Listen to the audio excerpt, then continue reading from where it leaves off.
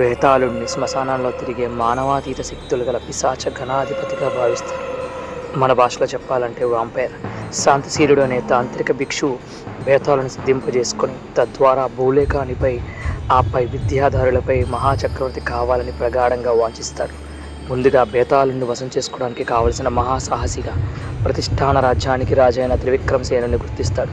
తన కార్య సఫలం చేసుకున్న వ్యూహంలో భాగంగా ఆ భిక్షువు ప్రతిదినం రాజస్థానానికి వచ్చి రాజుకో ఫలం కానుకగా అర్పించి వెళ్ళిపోతుంటాడు.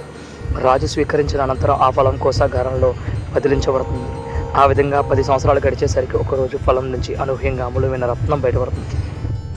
దాంతో రాజు అప్పటి వరకు తాను స్వీకరించిన ఫలాల గురించి విచారిస్తే వాటిని నిలువు చేసిన కోసాగారంలో వాటి స్థానంలో రత్నాల రాశి పోగిపడినట్లు గుర్తిస్తాడు.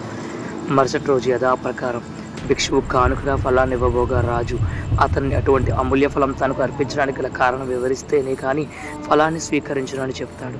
అంతటా ఆ భిక్షువు ఒక మంత్రసిద్ధి కోసం తనకొక వీరుని సహాయం అవసరమని త్రివిక్రమ సేనుని వంటి మహావీరుని నుండి తాను సాయం ఆశిస్తున్నానని తెలియజేస్తాడు. అతని విశ్వాసానికి ప్రసన్నుడైన రాజు అందుకు సహాయపడతానని వాగ్దానం చేస్తాడు. దానిలో భాగంగా భిక్షువు రాబోయే అమావాస్యకు ముందు రాత్రి రాజుని శ్మశానానికి వచ్చి తనను కలవమంటాడు. విధంగా అర్ధరాత్రి శ్మశానానికి వచ్చిన రాజును ఆ భిక్షువు శ్మశానంలో చెట్టుకు వేలాడుతున్న ఒక పురుష శవాన్ని తనకు అప్పగించమని కోరుతాడు. ఆ ప్రయత్నంలో శవాన్ని తెచ్చేంత వరకు మౌనం పాటించమని రాజుకు సూచిస్తాడు. ఆ ప్రకారం త్రివిక్రమసేనుడు అర్ధరాత్రి శ్మశానంలో చెట్టుకు వేలాడుతున్న శవాన్ని దించి భుజం మీద మూసుకొని మౌనంగా వస్తుండగా ఆ శవాన్ని ఆవహించిన బేతాళుడు కాలయాపన చేసే నిమిత్తం రాజుకు ఒక కథను చెప్పి ఆ కథ చివరిలో ఒక చిక్కు ప్రశ్నను వేసి దానికి సరైన జవాబు తెలిసి చెప్పకపోతే తలపగిలి చేస్తావని హెచ్చరిస్తాడు. రాజు సరైన సమాధానం చెప్పడంతో మౌనభంగం జరిగినందున బేతాళుడు శవంలోంచి అదృశ్యమైపోతాడు. రాజు బేతాళుని పట్టి తేవడం కోసం మళ్ళీ మరుసటి అర్ధరాత్రి ప్రయత్నిస్తాడు.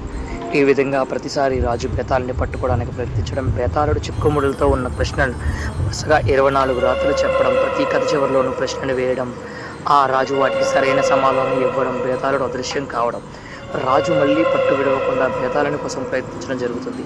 చివరికి 24 కథలోని చిక్కు ప్రశ్నకు రాజు సమాధానం చెప్పకపోవడం జరుగుతుంది.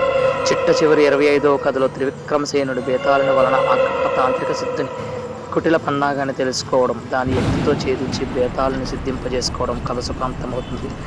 ఈ 24 కథలు ఏంటి, వాటి తాత్పర్యం ఏంటి అనేది మనం రేపటి నుంచి తెలుసుకుందాం.